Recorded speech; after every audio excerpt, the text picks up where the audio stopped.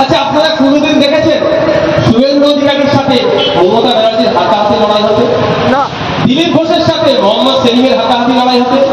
ফিরাদ হাকিমের সাথে অধীর রঞ্জন চৌধুরীর হাতাহাতি লড়াই হতে? ইভেন নওশাদ সিদ্দিকীর সাথে কোন তৃণমূলের নেতা বা বিজেপির নেতা বা সিপিএম কংগ্রেসের নেতার সাথে হাতাহাতি হতে কোনোদিন দেখেছেন? দেখিনি, এটাও আমরা দেখতেও ইচ্ছে না। কিন্তু আমরা কি দেখছি? যত লড়াই ভূতে, যত লড়াই ওয়ার্ডে। কেন?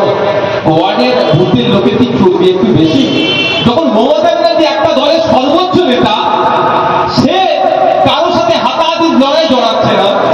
যখন শ্রমিক ভট্টাচার্যা একটা রাজনৈতিক দলের পশ্চিমবাংলার সর্বোচ্চ নেতা, সে যখন কারোর সাথে হাতাহাতি লড়াই জড়াচ্ছে না, যখন মোহাম্মদ সেলিম সাহেব, আমাদের বিশ্বজিৎ দিদা বা আরো যারা আছেন, তারা দলের সর্বোচ্চ নেতা, তারা কারোর সাথে তাদের দলের জন্য হাতাহাতিতে লড়াচ্ছেন, জড়িয়ে পড়ছে না, মারামারি করছে না।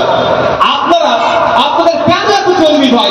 আপনারা মারামারিতে জড়িয়ে পড়ছেন, আপনারা মারামারি করছেন, হিংসায় জড়াচ্ছেন, খুন করে দিচ্ছেন, খুন হয়ে যাচ্ছেন, সংসার ধ্বংস হয়ে যাচ্ছে।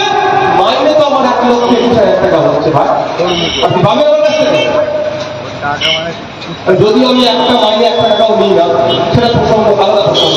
কিন্তু আপনি আমার হয়ে মারামারি করছেন, খুন পর্যন্ত করে দিচ্ছেন, জেল কাটছেন। কারণ আমি যাতে এমএলএ হয়, আমার এমএলএ হলে এখন 1,21,000 টাকা মাইনে আমার। আপনি কি পাচ্ছেন? জেলে যাচ্ছি না, জেলের ওই পচা ভাত খাচ্ছে। জেলের যে মাছ যায়, আমি বিধানসভায় বলেছিলাম, যে মাছ কাটে তার কতবার যে হাত কেটেছে ওটা পরীক্ষা করা দরকার। এত পাতলা, আমি কি পাতলা? আমার থেকে পাতলা মাছ, মানে পিসটার কথা বলছি, বুঝতে পেরেছেন? ওই ভাত ডাল মাছ খাবেন, প্রত্যেকদিনও মাছ হয় না।